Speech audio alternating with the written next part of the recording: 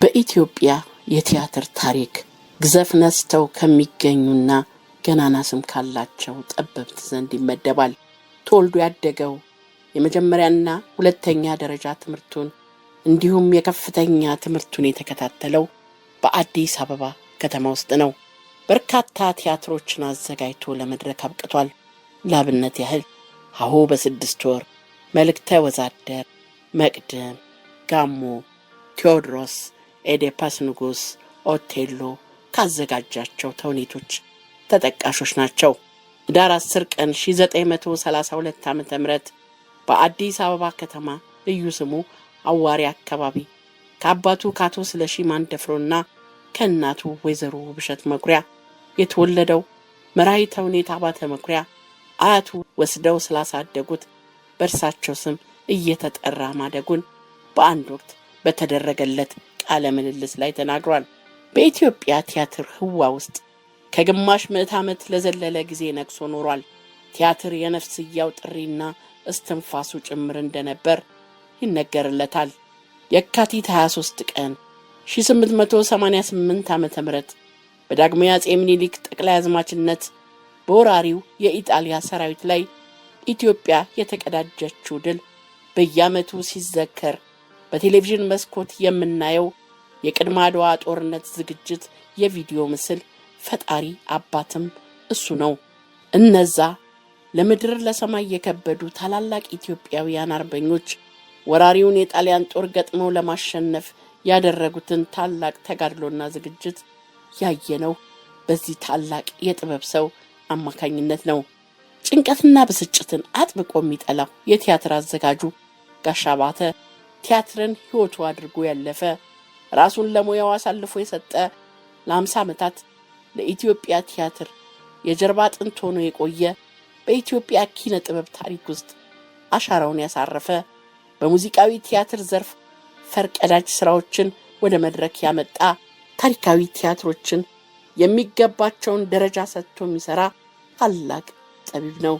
ቴዎድሮስን፣ አሉላ አባ ነጋንና በሺዎች የሚቆጠሩ ሰዎች የተሳተፉበትን የአድዋን የክተት ዘመቻ የሚያሳይና በአዲስ አበባ መንገዶች ላይ ያቀረበው ትርኢት ከታሪካዊ ስራዎቹ መካከል የሚጠቀሱ ናቸው። ይህ ታላቅ የጥበብ ሰው ሙያውን ሰርቶ ሳይጠግብ እድል በመነፈጉ መድረክ እንዳላገኝ ተደርጊያለሁ በማለት ብሶቱን ደጋግሞ ሲያሰማም ኖሯል። መቼም ብርቆቻችንን ማፈራረስ የተካንበት ሆነና ስራው ያገዘፈውን ጎምቱ ባለሙያ እድል ነፍገን መድረክ እንደናፈቀው እንዲያልፍ አደረግነው። ብዙዎች ጋሽ አባተ በሚል ማህበራዊ ማዕረግ የሚጠሩትና አብዝተው የሚያከብሩት መራሔ ተውኔቱ አባተ መኩሪያ ቲያትር የተፈጠረለት ሙያው ነበር። ጥበብ የባተው የቲያትር አዘጋጅ፣ የውዝዋዜ አሰልጣኝ፣ ጸሐፊ ተውኔት፣ የፊልም አዘጋጅ የነበረው ጋሽ አባተ መኩሪያ በሀገሪቱ የቲያትር ታሪክ ውስጥ ስማቸው ጎልቶ ከሚጠቀሱ ሙያተኞች መካከል ቀዳሚው ነበር። በተለያዩ ጊዜያት በተለያዩ ሀገራት ጀርመን፣ እንግሊዝ፣ ስዊዘርላንድ፣ አየርላንድ፣ አሜሪካ የቲያትርና ሌሎች የጥበብ ስራዎችን አዘገጃጀትን የቀሰመው በተለያዩ ሀገራትም ትምህርታዊ ጉዞዎችን ያደረገው ጋሽ አባተ በሀገራችን የቲያትር ታሪክ ጎልተው ከሚጠቀሱ ታላላቅ ቲያትሮች መካከል አብዛኛዎቹን ሰርቷል።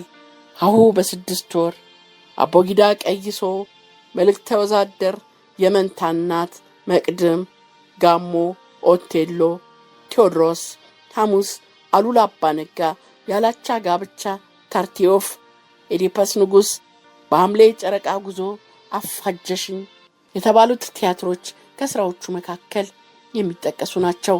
አዲስ አበባ ከተማ የተመሰረተችበት 100ኛ ዓመት ኢዮቤልዩ በዓል ሲከበር ለበዓሉ ድምቀት ከተዘጋጁት አንዱ ንጉሠ ነገሥቱ ምታ ነጋሪት ክተት ሰራዊት ብለው ለዘመቻ ሲነቃነቁ ባለፉበት በባልደራስ አካባቢ በሚገኘው የቀበና ወንዝ ነባር ድልድይ አጠገብ የተሰራው የአድዋ ዘመቻ መታሰቢያ ድልድይ የተመረቀው የዚያን ዘመን ነበር። ለዚህ በዓል ማድመቂያነት ኢትዮጵያውያን አርበኞች በአጼ ምኒልክ አዝማችነት ወደ አድዋ ዘምተው በወራሪው የኢጣሊያ ሰራዊት ላይ የተቀዳጁትን አስገራሚ ድል የሚያሳይ ቲያትር እንዲያዘጋጅ ኃላፊነት የተሰጠው ጋሽ አባተ አድዋ የተሰኘውን ታላቅ ቲያትር ሰርቶ አድዋን ሕያው አደረገው።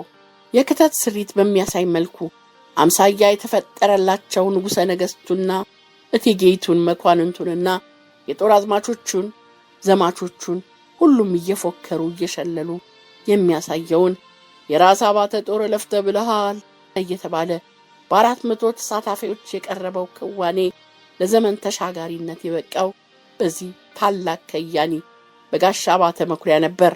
አባተ አድዋንና ድሉን የሚዘክር ላቅ ያለ ይዘት ያለውን የአድዋ ፊልም ፕሮጀክት ቀርጾ በ35 ሚሊዮን ብር በጀት ሊሰራ ታቅዶ የነበረ ሲሆን ፕሮጀክቱን ፕሮፌሰር እንድሪያስ እሸቴ በበላይ ጠባቂነት ይዘውት ነበረ። ቢሆንም ፕሮጀክቱ ሳይሳካ ቀርቷል። ጋሽ አባተ ተውኔት ተመልካቹን በግሩም ሁኔታ መቆጣጠር የሚያስችል ኃይል ነበረው። ማክቤዝ፣ ኦቴሎና ሃምሌት በታዳሚው ትውስታ ውስጥ የቃል ተውኔቱ ወይም ግጥሙ ውበት ብቻ ሳይሆን ተውኔታዊ ክዋኔዎቹ እንዲታወሱ የሆነው በጋሽ አባተ መኩሪያ ያዘገጃጀት ስምረት ነው። ራሱ ደርሶ ራሱ ያዘጋጀው የሊስትሮ ኦፔራ በ1982 በወቅታዊ ማህበራዊ ጉዳዮች ላይ የተመሰረተ በሙዚቃ የታጀበ ስራው ለዓለም አቀፍ ሽልማት ያበቃው ጸሐፊ ተውኔት አባተ በኢትዮጵያ የተውኔት ታሪክ ከቀዳሚዎቹ ተርታ የሚሰለፈው የቀኝ ጌታ ዮፍታይ ንጉሴን አፋጀሽኝ የተሰኘውን ቲያትር ዳግም የመድረክ ብርሃን እንዲያይ አድርጎታል።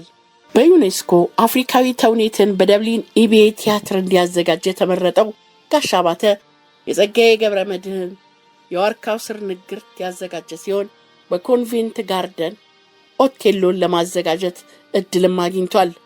መቀመጫውን በታንዛኒያ ያደረገው የምስራቅ አፍሪካ ቲያትር ኢንስቲትዩትን በመስራች አባልነት በኃላፊነት መርቷል።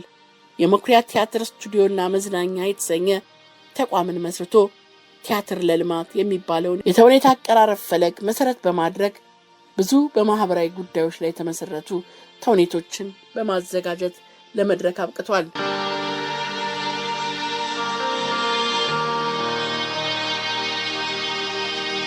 ከቀዳማዊ ኃይለ ሥላሴ ዩኒቨርሲቲ የመጀመሪያ ዲግሪውን በውጭ ቋንቋዎችና በማይነር ቲያትር ያገኘው ጋሽ አባተ በቀዳማዊ ኃይለ ሥላሴ ቲያትር ቤት በአሁኑ የኢትዮጵያ ብሔራዊ ቲያትር የቲያትር ዳይሬክተርነት እንዲሁም በቀዳማዊ ኃይለ ሥላሴ ዩኒቨርሲቲ ኪነ ጥበባት ወቲያትር ወይም ባህል ማዕከል ዳይሬክተር ሆኖ ሰርቷል።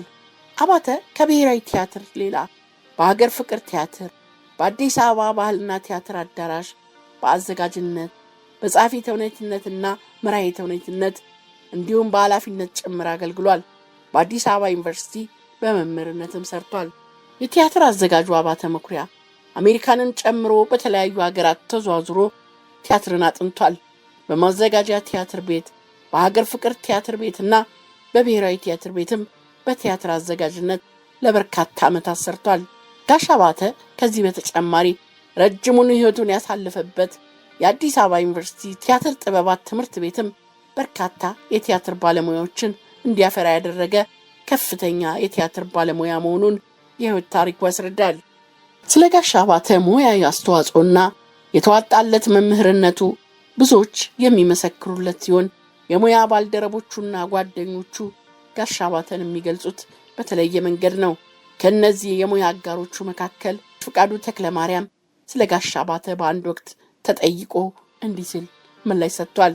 አባተ ራሴን ፈልጌ እንዳገኝ የገራኝ፣ መንገዱን ያሳየኝ፣ የገሰጸኝ፣ ዛሬ ለደረስኩበት ደረጃ ያበቃኝና ያሳደገኝ የጥበብ አባቴ ነው ብሏል።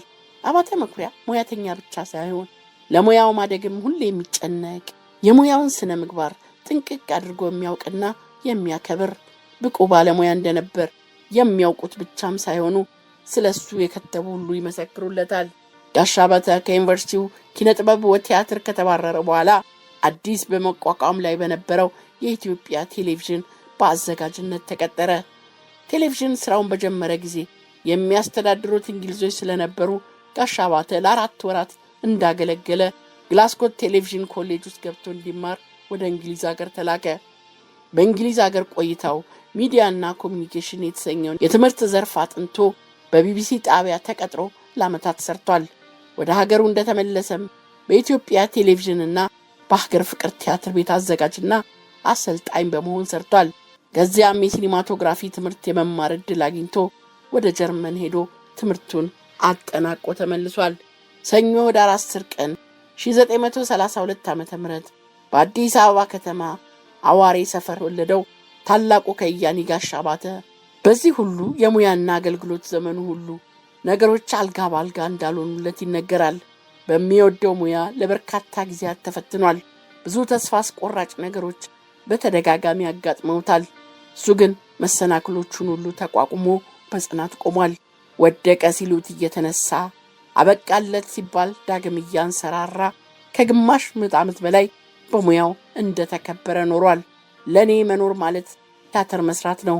እኔ በጭራሽ ሞት አልፈራም፣ ምክንያቱም የምችለውን ሰርቻለሁ፣ ብዙ ባለሙያዎችን አፍርቻለሁ በሚሉት ንግግሮቹ የሚታወሰውና በኢትዮጵያ የተውኔት ታሪክ ደማቅ አሻራ ማሳረፍ የቻለው የኢትዮጵያ ዘመናዊ ቲያትር አባት መራሒ ተውኔት አባተ መኩሪያ በተወለደ በ76 ዓመቱ ሐምሌ 14 ቀን 2008 ከዚህ ዓለም በሞት ሲለየን የሞቱ ዜና የተዘገበው ተንቀሳቃሹ ቲያትር ቤት አረፈ ተብሎ ነበር።